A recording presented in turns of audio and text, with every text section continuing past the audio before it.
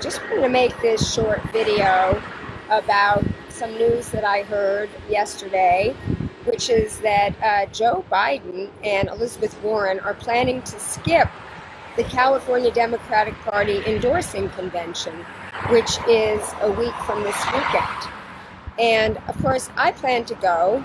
I've been covering the California Democratic Party ever since the 2016 election. I think that the reason that Warren and Biden are not going, at least according to Politico, which wrote about Biden, they didn't mention Warren's reasons, but Biden has been advised by all of his staff and his consultants to avoid the California Democratic Party convention because of all the super left-wing progressive activists. And the article did not specify Bernie people, but I think everybody knows that they're talking about Bernie people because it's been very well publicized that there's going to be a Berniecrat dinner and cocktail party and dance party on Saturday night of the convention, November 16th, which is my birthday. And then I just found out that Friday, Our Revolution Long Beach is also having a music concert kind of party. The Berniecrats are going to be down there in full force advocating for our guy. And I think that Warren, even though she has a pretty good organization, they don't really know how to mobilize people. Well, I shouldn't say that because in May they had a pretty good Warren contingent at the California Democratic Party meeting up in San Francisco.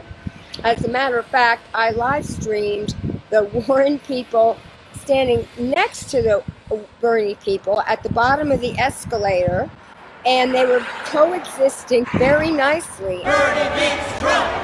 Bernie beats Trump! Bernie beats Trump! Bernie beats Trump! Bernie 2020! Bernie 2020! And I interviewed them, and a lot of people were very supportive of the other candidate.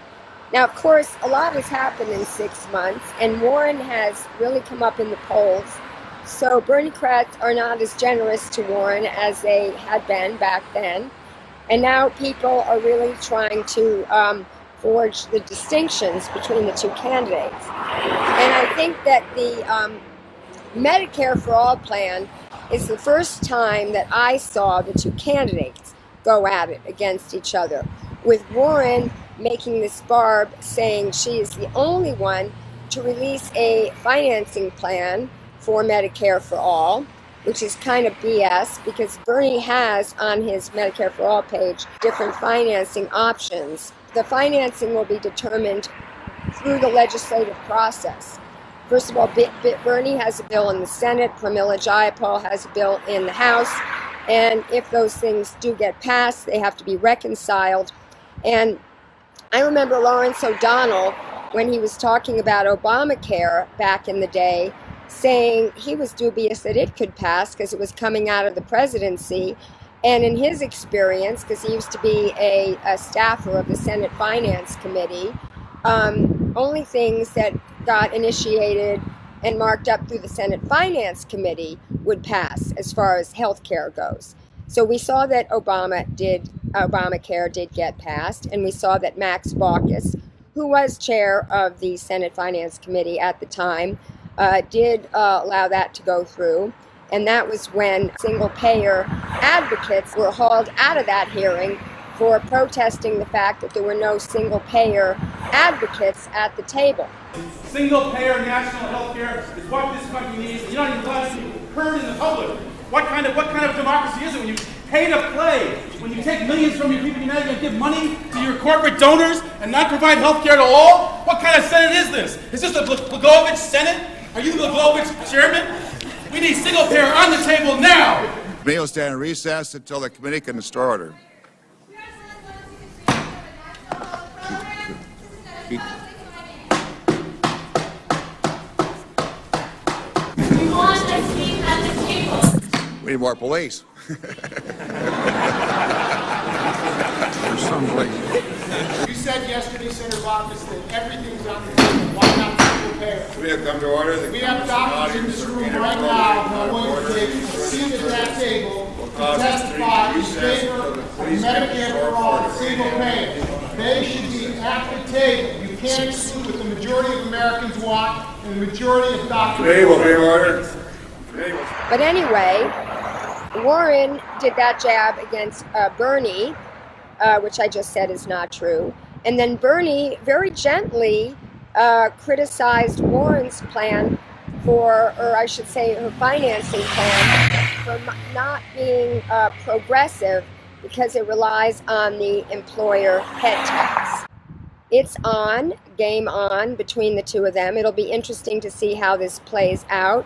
But I am looking forward to covering the action at the California Democratic Party convention next weekend at both of those parties and when Bernie addresses the crowd. It'll also be interesting to see what kind of crowd Kamala Harris has there, seeing as her campaign is dying very quickly right now. She took all her staffers out of New Hampshire and sent them to Iowa because she's doing so poorly, and I think she needs to have a good showing in Iowa. But she did qualify for the December debate. It is getting winnowed down. There's only 6 people who have qualified so far. Bernie, Biden, and Warren, and Buttigieg, Kamala, and Amy Klobuchar.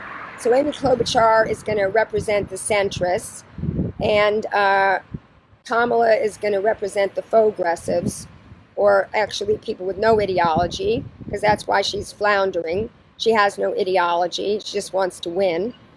And Buttigieg is going to represent word salads that don't say anything. Biden is going to just try to sound coherent, I'm sure. And Bernie and Warren are going to be battling for the progressive base. Now, unfortunately, this debate was going to be held in UCLA, which is a 10-minute drive from my house, but now it's been canceled because AFSCME is on strike, and they're urging people to protest UCLA because they're not agreeing to their contract. However, this Sunday, I think I am going to be going over to UCLA because Donald Trump Jr. is speaking about his new book, and Refuse Fascism has called for a protest. That I think it's great that we scared off Biden and Warren. And Rusty Hicks, by the way, who was the candidate put in by the establishment to beat Kimberly Ellis for chair of the California Democratic Party, put out a very petulant Facebook post, I thought. He basically chided Warren and Biden for skipping this event. It was almost like he was trying to shame them into coming because he didn't want Bernie to have all the action. But I thought that it was a very unbecoming post for someone who's the chair of the Democratic Party to actually chide these two front runners. And the Politico article also said Biden is not coming because of Jorge Ramos, who's going to be there hosting some sort of Latino event. And Jorge Ramos, all through the Obama administration, was chiding Obama for being the deporter-in-chief, and he really wants to hold Biden's feet to the fire for that, seeing as he was the VP. Jorge Ramos is no friend to Bernie. He's criticized Bernie before, and his daughter was actually working on the Hillary campaign. So I don't know who he's secretly backing this time, but I guess we'll see.